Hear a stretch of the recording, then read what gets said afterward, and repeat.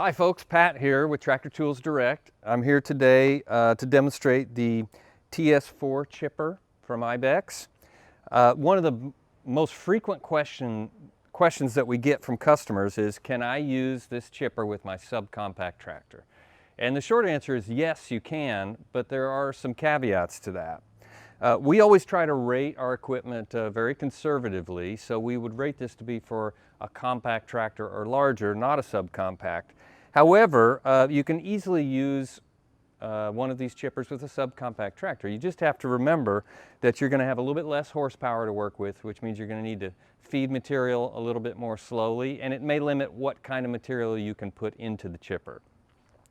This tractor today is a Kubota BX 2350.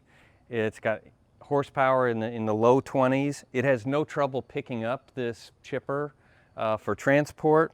And so we're going to just see what it can do today. I'm going to get my safety gear on and we'll give it a spin.